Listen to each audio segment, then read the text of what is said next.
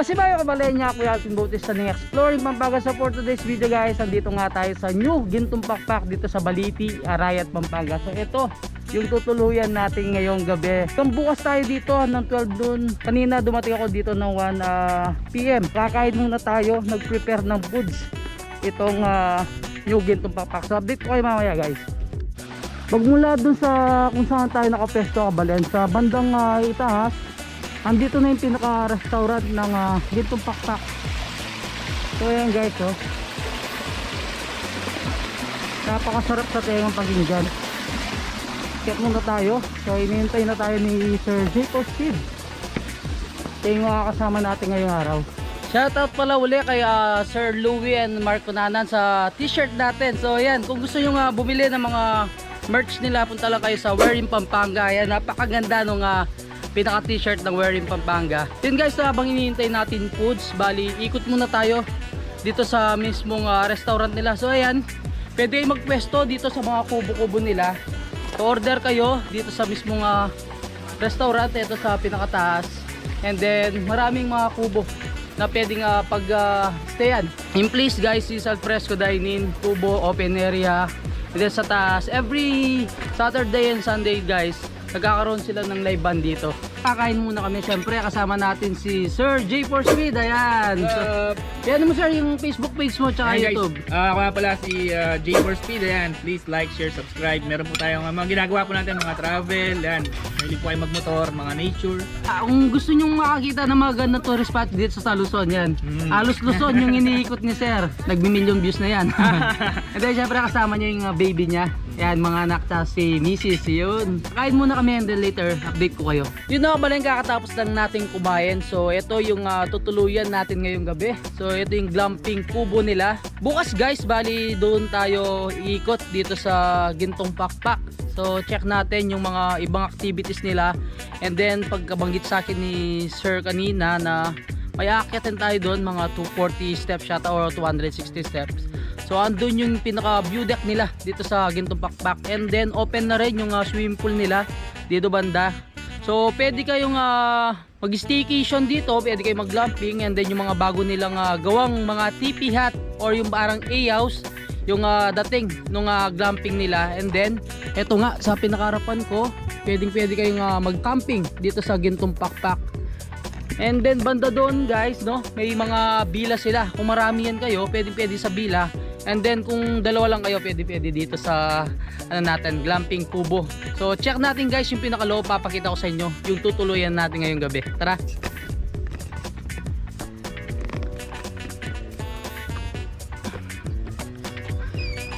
Ayan siya guys. So yun, ang dami nating bottled water. Then ayun, gamit natin higaan. And then syempre may extra wall fan. And then naka fully air condition itong kubo natin.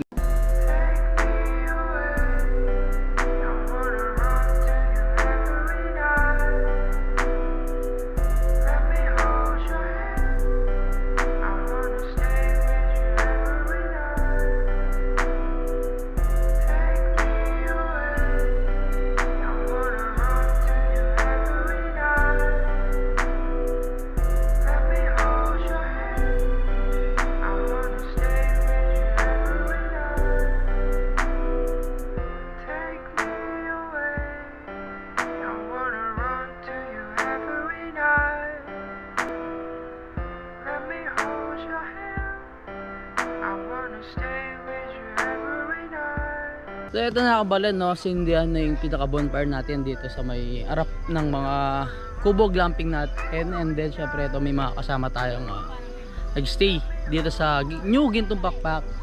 So yan, pwede natin gamitin yung mga tent mamaya. So, medyo malamig yung klima, so saktong sakto itong pinaka bonfire nila dito sa New Gintong Pakpak.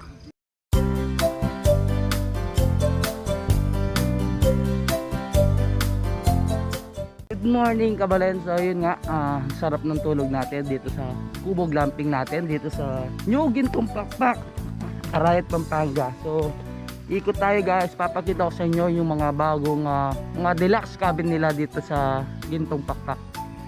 So yung makikita nyo, may mga tent dito sa likod natin. Yung pinaka rate ng mga tent is 500 pesos sa pagrenta, and then kung dalawa kayo 500 per pack, so abot siya ng 1,500. And then yan, pwede na kayo magpesto dito. Yung pinaka entrance fee pala dito sa mismo New Gintong Pakpak is 150 pesos. Pero yan, may mga pwede na kayong gawin. Punta na kayo sa cafe nila, sa view deck. So ito guys, no, yung mga bagong mga deluxe cabin nila. So excited na ba kayo makita yung mga bagong deluxe cabin ng New Gintong Pakpak? Yan. Ayan sila, no, Kabalen. Bali modern design yung mga deluxe cabin nila. Siyempre dito, yan, wood, tapos ito concrete na siya. Pag naka staycation na kayo dito sa New Gintong Pakpak, is free na rin gamitin yung kanilang swimming pool, and may free breakfast for 2 packs. May ibang part dito sa may New Gintong Pakpak, no, Kabalen, na pwede kayong mag picture taking tulad nito. So yan, nakasulat salilungan, parang waiting shed, ganyan.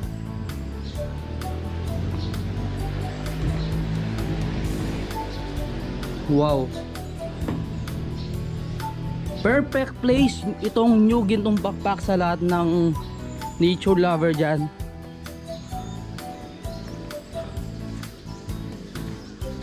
Ito naman yung area na kung saan yan, kung may occasion kayo, pwede kayo magpesto dito.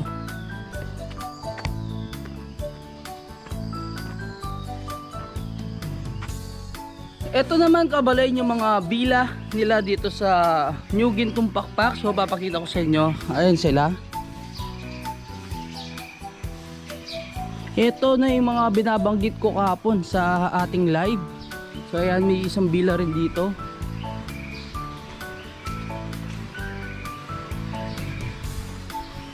Wow, check natin yung buong area nila dito guys. Ang sarap pakinggan, no, yung mga uni ng ibon. May nakasulat doon is Baletugak. Bali hindi natin masyadong abisado lahat ng rates ng mga villas nila dito, pero lalagay na lang natin sa description kung magkano yung price, and then ilang packs ba yung ma-accommodate ng mga villa nila. So eto, andito naman tayo sa pinaka pool area nila. Ito siya. So malapit sa mga villas nila, andito na yung pinaka pool area. I think yung pinaka pool area nila is nasa 3 to 4 feet yung pinakalalim niya. So ngayon is gagawin natin, punta tayo sa pinakataas. 208 steps daw yung papunta sa pinakataas. Ha, kaya. Ito naman yung mga ibang cottages nila dito sa New Gintong Pakpak. So napakarami namang mga cottages na pwedeng pag-stayan. Pwede pala kayong dito magluto-luto. So yan, may dala kayong pang samji, pwede. So eto na nga, Kabalen, bali akyat na tayo dun sa pinakataas. Sa pinakataas, no, Kabalen, nandun yung pinaka-cafe nila. Ang dami naman pala ng mga kubo nila dito. Yan, na kung saan pwede kayong mag-stay. Eto na yung way, Kabalen, na paakyat sa pinaka-view deck and then sa cafe nila. Pero yan, gagawin natin, i-check muna natin itong isang kabilang side kung ano bang meron dito. Nice. So dito sa kabilang side, pwede rin kayong magpahinga. May anaconda.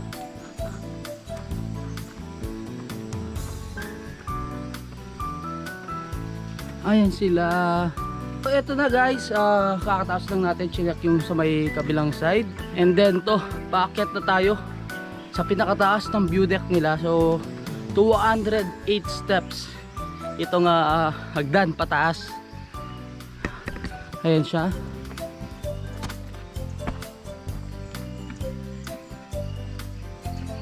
So eto na nga kabale, nandito na tayo sa pinakataas ng view deck ng New Gintong Pakpak. And then syempre guys, ang kagandahan dito sa mismong taas ng view deck meron silang cafe. So itong cafe nila, ang pinaka Facebook page ng cafe nila guys is Cafe Gintong Pakpak. So kung gusto nyong pa-reserve, pupunta dito kahit hindi na kayo mag-entrance dun sa pinaka harapan ng New Gintong Pakpak. So bago kayo makarating sa pinaka gate, may kanto doon na sa right side. So ito yung aakyatan nyo papunta dito sa Cafe Gintong Pakpak. So kahapon nag-live nga ako, may nagtanong kung pwede bang dumiretso ba dito sa pinakataas ng cafe nila. So nabanggit ko is hindi pwede kasi hindi ko alam na meron pala na access road papunta dito sa may pinakataas. So yun guys, kung gusto nyo pumunta dito, magpa-reserve lang kayo para makapasok kayo dito sa Cafe Gintong Pakpak nila dito sa New Gintong Pakpak.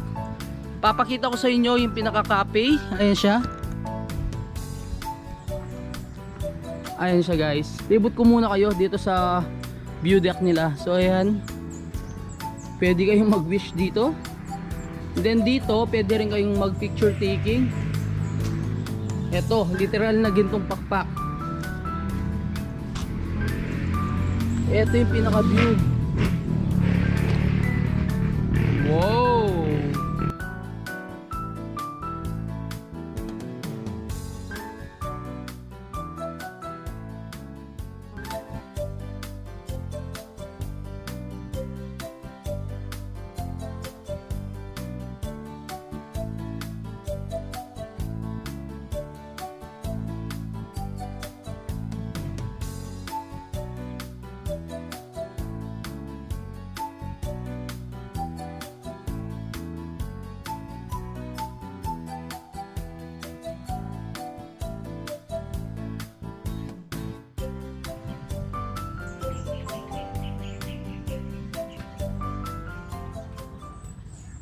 So ito na nga kabalen, papasukin na natin itong mismong Cafe Gintong Pakpak nila dito sa New Gintong Pakpak. So ito na yung cafe na makikita nyo sa pinakataas ng view deck nila.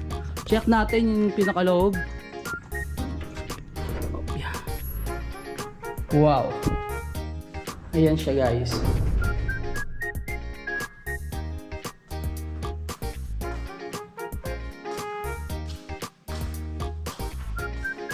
Madaming available na tables and chairs dito sa pinakaloob ng cafe nila.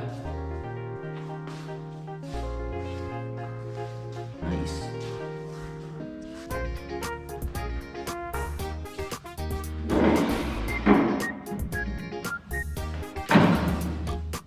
Kung ayaw nyo magpwesto dito sa pinakaloob ng Cafe Gintong Pakpak, so may area naman dito sa pinakalabas yan.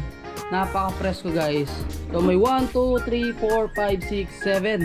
6, 7. Kung pupunta kayo dito sa Cafe Gintong Pakpak, so yun, nag-offer sila ng coffee, frap, and then mga refreshing drinks and ito, mga others, mga juice. And then kung gusto nyo naman kumain, nag-offer din sila ng mga ito, Cafe Gintong Pakpak. Meron silang fries, hot chicken burger, classic burger, and then yung tamago sando at katsu sando. And then sa pinakalikod dito, meron silang creamy pesto pasta sa mga mahilig sa pasta dyan. Ito, available din yung pomodoro pasta nila. So ito na nga kabalen, pababa na tayo ulit dito sa New Gintong Pakpak. Yun, sa lahat ng gustong pumunta sa may Cafe Gintong Pakpak, pwedeng pwede.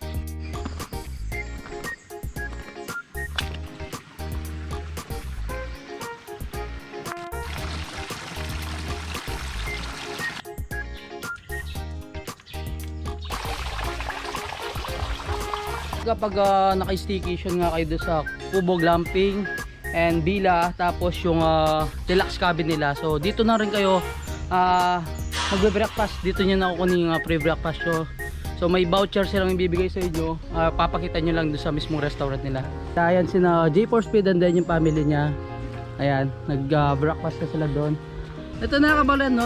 Bali kakain na tayo ng breakfast. So ito yung pre-breakfast ng New Gintong Backpack. Syempre kasama pa rin natin J4 Speed, 'di ba? Ang gwapo niya sa personal.